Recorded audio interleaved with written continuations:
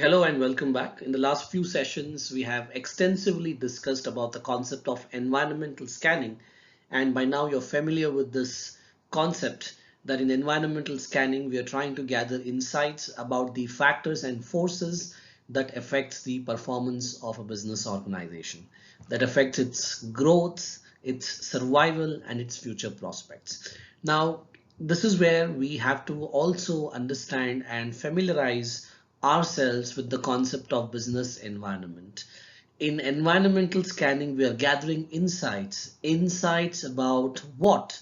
The answer is business environment. Business environment is the ecosystem of a business, right? Environment is not a new term we all are familiar with, and in the normal context, we often use the word environment from a perspective of nature, right?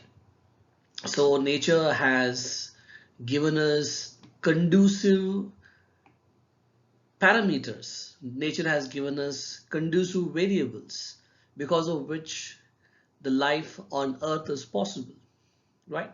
Most of you have studied about cosmology. You have studied about the universe, and you're aware for a fact that so far, as far as our knowledge is concerned, Earth is the only planet on which life exists. So in order for life to exist on any planet, what are the prerequisites? So scientists have outlined simple criterias. Without these prerequisites, life cannot exist. One of the prerequisites which the scientists have identified is that the planet, in order to be habitable, should not be near or very far from its host star. It has to be in the right zone, and this zone is named as the Goldie zone.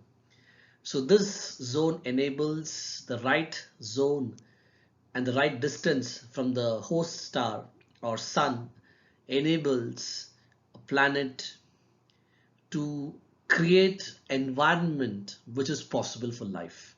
The right distance may create oxygen, the right distance may create water, because of which life is possible. So in order for the life to thrive, survive, and exist, these are the important ingredients, right? Right distance from the sun, availability of oxygen and water. Likewise, in order for any business organization also to survive, to thrive, and to grow, it also needs certain ingredients. And sum total of all these ingredients is what we generally refer to as business environment. Just like for life to exist, we need oxygen, we need water, we need the right distance from the sun. For business to survive, to thrive, and to exist, business also needs right environment. So business also needs pro business policies formulated and created by the government. Without conducive policies, without right policies, it's not possible for any business to exist. Only the policies enables business to commence, to strive, and to grow. So therefore, government policy is one of the ingredient. It's one of the important component or constituent of business environment. Likewise, customers are important stakeholders of business. So therefore, if a business wants to survive, it needs to have the right target audience, the right target market, the right set of customers. Without the right set of customers, you will not be able to sell your products. And definitely that market will not be an ideal market for your business, for your products, right? So therefore, this is what business environment is all about. Business environment is all about the ecosystem which is necessary for business organizations to grow, to exist, to survive. You need to have the right business environment. And the process of understanding business environment is called environmental scanning, right? So let's do a little more deep diving and figure out the composition of business environment. So here, as you can see, I put up a picture of a tree, and this tree is separated by two parts. You have the roots, and then of course you have the bark, you have the branches, you have the leaves. So definitely the composition can be broadly categorized into two segments. Something which is visible and something which is hidden or something which is invisible. Something which is within and something which is outside. Similarly, business environment is also classified into two categories, two components. The first component is called the internal environment, and the second component is called external environment. So these are the two important components that makes up your business environment, internal and external. Of course, internal has many components, as you can see here. Internal environment is made up of value system, the goal, the very purpose of the existence of business, which is generally referred to as vision, mission, and objectives, the organizational structure, the various functional areas, resources, and capabilities. So this all factors constitutes the internal business environment of business. And by and large, the internal business environmental factors, what you see here on the screen, they can be controlled, they can be modified as and when required to ensure the organization achieves its objectives, the organization attains the kind of performance which it has set. On the other hand, the external environment, which primarily comprises of the micro and the macro environment, is uncontrollable, cannot be controlled.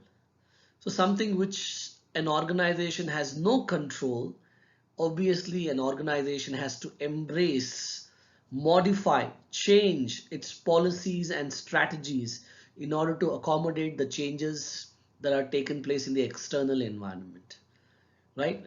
I'll give you a very simple example.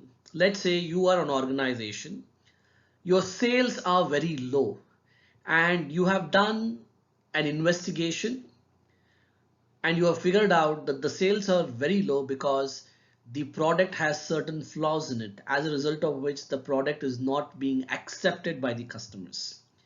Now here, even though you have ended up making a wrong product, even though customer perception about your product is very negative, but still you can bounce back in the market by making necessary changes and by coming up with a product which is far more superior than your previous versions. So it is possible to make changes and bounce back. So you can make changes. But in case the sales are low, and the sales are low is because on account of high inflation which is prevailing in the economy, what changes can you make? Now, some of you might say that we might probably reduce our prices.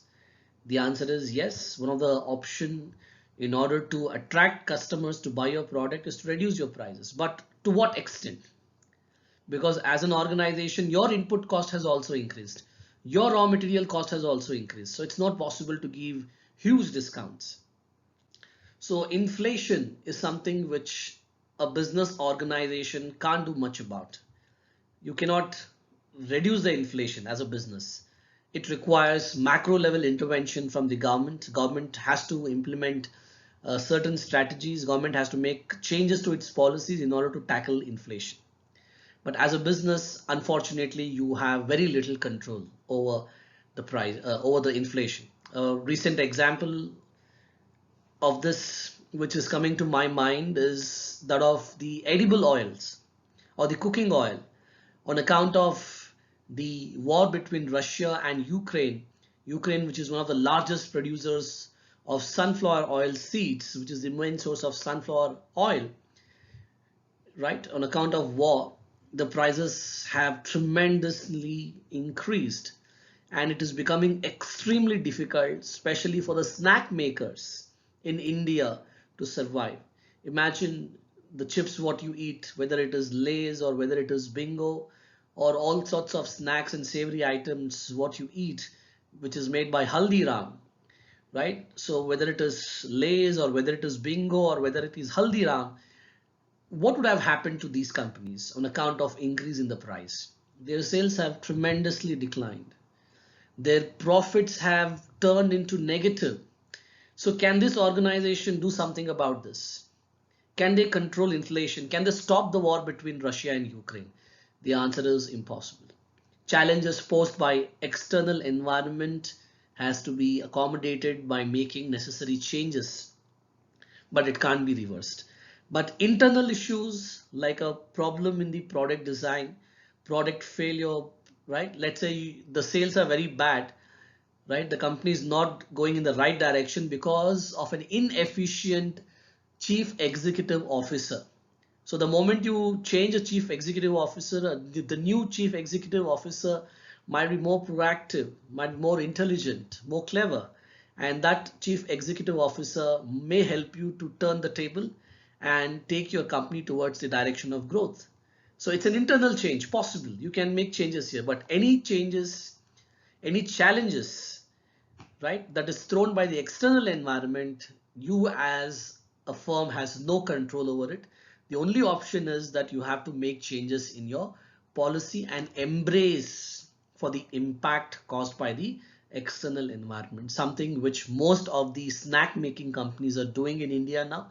Most of them are trying to control their prices. To some extent, some companies, some brands have increased their prices.